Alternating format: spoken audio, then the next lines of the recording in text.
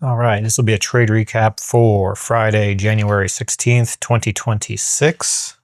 As a member of the Size Up program run by Pat Mitchell over at Trick Trades, if you're looking for a good coach, not just a good coach, probably the best coach in the industry, he's the man. He's the man you want to learn from. He demonstrates his strategy, the education, the information, the knowledge and experience day in, day out consistently. And it's bar none the best that I've seen out there. If you want a taste of that, jump over to his YouTube channel. And that's just a tip of the iceberg in terms of the quality and depth of the information that you get on a daily basis during the week that he provides. Another thing that he provides for the members is, pull it up here, the Size Up program. This is a very structured approach to learning how to day trade that he put together, and I can attest to the fact it works. Now, how fast you progress through that, obviously that's going to be on you, your level of comprehension, and where your struggles might be. So it's different for everyone, but it does work, and it will really help you identify what you're doing right, what you're doing wrong, all of that. And before this, trying to put all the pieces together was a big struggle for me, and this cleaned that up beautifully. And I cannot overemphasize how good this program is. Right. With that said, let's look at the charts for today. All right. So here on the left, we got our daily charts. Here on the right, we got our 1 minute charts for SPY and Qs. Every night, Pat will basically start going over and looking at levels. And one of the exercises I like to do is to basically, before looking at what levels he might be interested in at night prior, I try to identify what levels he would pick, as in what are the most valid, ideal levels to keep an eye on. And then I'll plot those. And then when he releases, or again, I watch his plan there, I again correct, or again see maybe what I'd miss, or try to digest what I missed and figure that part out. So it's a good exercise, more repetition for doing, again, technical analysis. And then during the pre-market session, he'll go in and really go over, refine, or adjust levels as needed. And then I'll kind of correct my levels to his. But again, it's just more of that repetitive exercise to make sure you're kind of picking the right levels. That way, it's one of those things like, are you recognizing things correctly? So a good exercise there.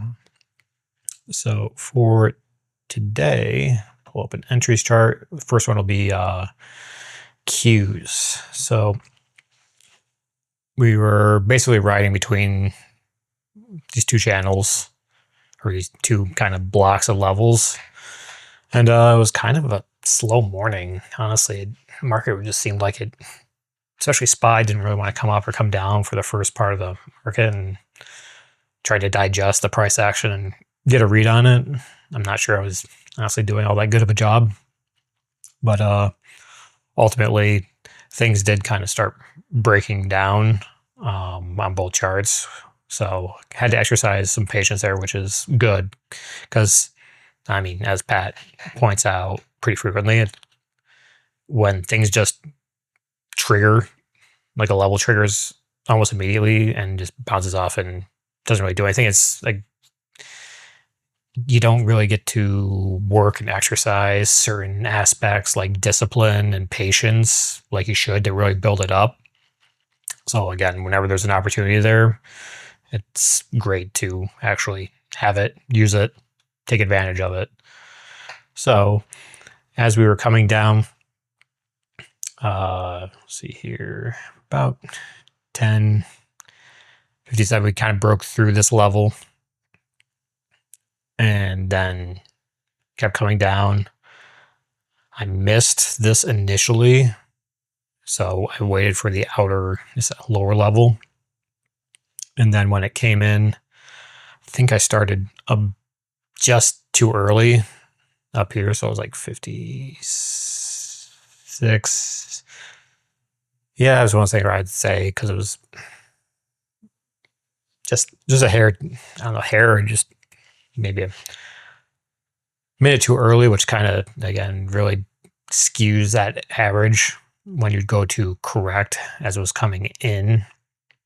Because I was kind of torn in between the two levels, like, okay, it's coming in this level, it came past the level. Do I add in here, wait?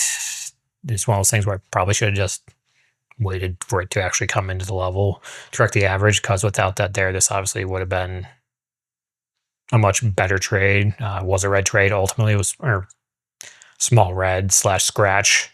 So, but again, that has to do with just firing it out off too early. I should have waited for it to get closer. So there is a lesson and a good experience point for me to take to the bank today. Let's see here. Go on to the next one. Next one was on SPY, which did manage to do this one a little bit better. So right around the same, little after, man, actually no, it was about the same time as Q's. Again, kind of did the same thing. Was coming down into this level, started in, corrected, and then paid myself basically on the reaction. I definitely feel solid about the entry right here as it was coming into the level. I think that was appropriate. But one of the things that perhaps I didn't do the best was, as it was coming through, adding in enough size to correct that average enough to make this retracement kind of back up into this level work in a more, again, a better way. So then this was a green trade. It was a scratch green trade, which kind of canceled out the scratch red trade. And then on the last one was Q's. It was a little bit later. Let's see here. So as we were continuously breaking down, this ended up coming down into the 20 SMA and hit it once after, again, it tested and popped up. And then, actually, I think we were a little, where were we? Yep, right here. And then it came out kind of rejected and did this kind of dirty dump, and I wanted to average in, but I'd already closed out the initial trade. So I'm kind of considering this one trade where I then added, quote unquote, and re-entered and was just looking for that additional reaction at the 20, which got, again, the entry there in terms of what I was looking for, to me, are good. The only thing I'd say I'd watch out for is, again, if this broke, again, it was one of those things where the next kind of level down was this previous close here, which is where I was risking off of. So it's one of those things where risk versus reward may have been skewed against me a bit there. So it's something to be very mindful of. So that is all for today. But this one, yeah, I mean, it worked, covered off all losses, finished a green day, green week. And yeah, so that worked out really well. And yeah, that's all I got. If you're looking for kind of a more in-depth recap, Pat usually does recaps over on his channel as well. And I would definitely recommend checking those out, because you're going to get probably way more out of that than you will necessarily out of mine. But yeah, again, this is just a testament of day in, day out, Pat's education, his mentorship, live on screen share that he does every single day, and as well as the size of program really, really working out and having the structure needed to really help you move forward and learning how to do this and eventually turning it, going from an account builder to, again, a full-time trader where this is your primary income. So he's done a wonderful job with this program, and I cannot emphasize enough, like, it really did change things for me, and I think a lot of people that have participated in it and would say the exact same thing, that the size of program definitely changed things in terms of this process of learning. So yeah, I will catch everyone later. Have a good weekend, and Monday is a holiday, so no market, but we're back in action on Tuesday. And yeah, if you're interested in learning how to do this, highly recommend Pat Mitchell over at Trick Trades. There is no one better in my book. So yeah, have a good one, guys, and we'll see you later.